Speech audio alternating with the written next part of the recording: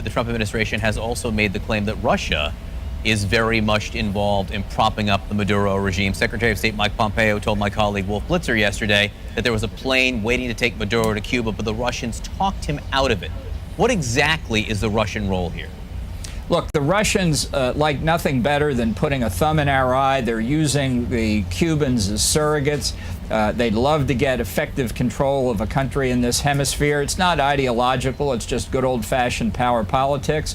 That's why we have the Monroe Doctrine, which we're dusting off in this administration. It's why the president indicated last night that the Cubans better think long and hard about what their role is. We're going to continue to... What has the president said to Vladimir Putin on this subject? We've made it clear to the Russians in a lot of conversations at a lot of different levels, some of which are going to continue today, why we think this behavior is unacceptable to us. Those conversations are going to go on, but we're not going to limit ourselves to conversations. We're taking steps. We're putting more pressure on the Maduro regime. The effect of the economic sanctions already imposed are drying up revenues to Maduro. He won't be able to pay the service members. He won't be able to put gas in their Jeeps. This is having a profound effect, and it's a cumulative effect over time. What do you think about the situation with Venezuela? I think the president needs to do something.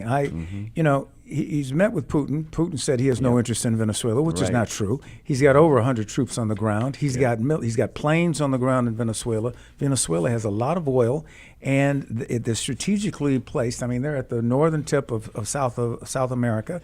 They would love to put military bases in Venezuela, and the president needs to recognize that and do something about it, because Putin is slowly going to creep into South America, and then he can attack from he can take over parts of South America, Central America. United States is right there, and and actually, our commander-in-chief, unfortunately, constantly is helping him. Yeah, he's helping him. He's helping him. We got the situation. Syria. Yeah, if we can get this other clip in, because it's the same type of thing. Well, it's been Next clip. Time for that? Yeah.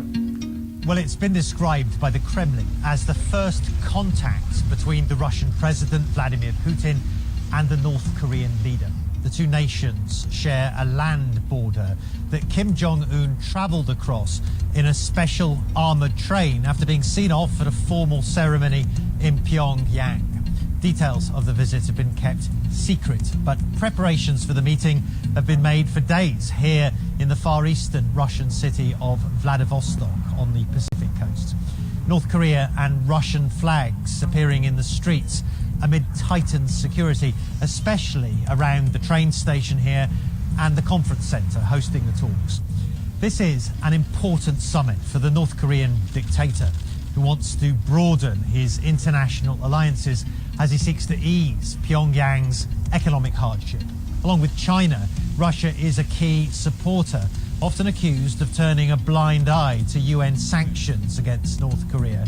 Russia is a major destination for North Korea's migrant workers, a valuable source of hard currency to the impoverished North Korean state. The meeting also comes after the latest nuclear talks between Kim and President Trump failed to produce any agreement. This may be the North Korean leader's way of showing the US it is not isolated and has other powerful Russian friends. For its part, the Kremlin says this summit with Kim Jong-un is also about denuclearization on the Korean peninsula. Russia, too, is uncomfortable with a nuclear-armed North Korean neighbor. But it's also about Russia asserting itself once again on the international stage. He may have been sidelined by the high-profile Trump-Kim summits that have dominated the headlines. We know that the Soviet